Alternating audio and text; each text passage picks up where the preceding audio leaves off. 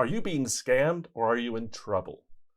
That's the question we often get when you have reached out to someone online, some type of dating app, some type of sexting situation. You've reached out to someone online and now you're getting back some messages that are scaring you. If something like that is happening, this is the video for you. My name is Lance Fryrear. I'm a defense attorney in Linwood, Washington. We've been defending people charged with crimes for more than 20 years. And let me tell you, we get more and more of these calls all the time. You reached out to someone on a dating app, you were bored, you're getting a divorce, and this person, he or she was younger than you, but yet they were an adult, they said, and you started talking a little bit risque, a little bit sexy. Maybe you sexted each other. Maybe there's a few photos that went back and forth, something you wouldn't normally do. And it was exciting. And now that excitement is turned into terror because you're being reached out to by a supposed parent of the other side or a law enforcement person from the other side, allegedly. And, you don't know what to do, you're panicked, and we get that call all the time. So in this video, I'm going to cover what is possibly going on, what steps you can do to protect yourself, and whether or not you need to try to find an attorney to help you.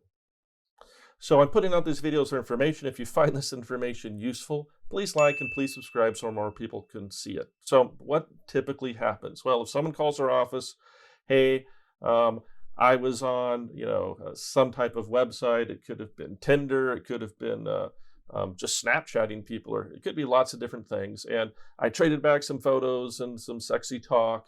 And the next thing you know, I'm getting text messages and phone calls threatening to turn me into the police, wanting money from me, those type of things. Is that real or is it not? Well, hopefully it's not real. Many times in those situations, that is some type of scam where someone has set up a fake account to bait a person in, and now they're going to want money in return for not turning you into the police, for not publishing this information about you to your friends. It can get pretty sophisticated. I've seen cases recently where they can, list all of the names of your relatives, and how do they know that? Well, if you're using your own cell phone when you're texting people, stuff like that, there are plenty of free and paid websites where I can find out all about you. I can find out where you live, your age, all your relatives for next to $0 or even $0. So just because they know that information does not mean that they are some type of law enforcement officer. So usually what we see, this is going to be a scam, but not always. So what can you do to protect yourself? Well, the first thing you can do is cease the communication right away. You can try to block the person online. You can also protect yourself by, taking a look and writing down every little number that they called you from, taking screenshots. Control and collect the information is one way to protect yourself. That way you're going to be better prepared to let someone else handle it. And then that's moving on to the last part here. Should you let someone else handle it? Yes, you need to, because you have no idea. You have no experience about how real investigations work. With our experience, it's most likely I can look at what's been told to you, what's been sent to you, and have a really good idea if it's real or not. And if it is real, because I've seen this type of situation that law enforcement can set up as a sting, I'm going to probably recognize it, and that means we're going to take a different approach.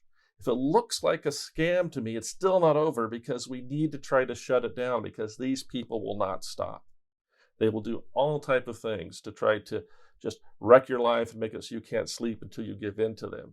And so there's things that my firm can do, and we do to try to shut those people down. And so far, we've been very successful. So I hope you found this video helpful.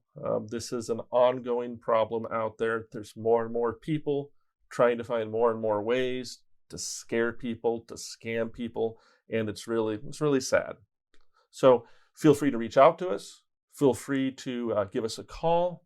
We'll talk to you. We'll see if it makes sense to get on board, and we'll do everything we can to help. We'll be there for you. Thank you.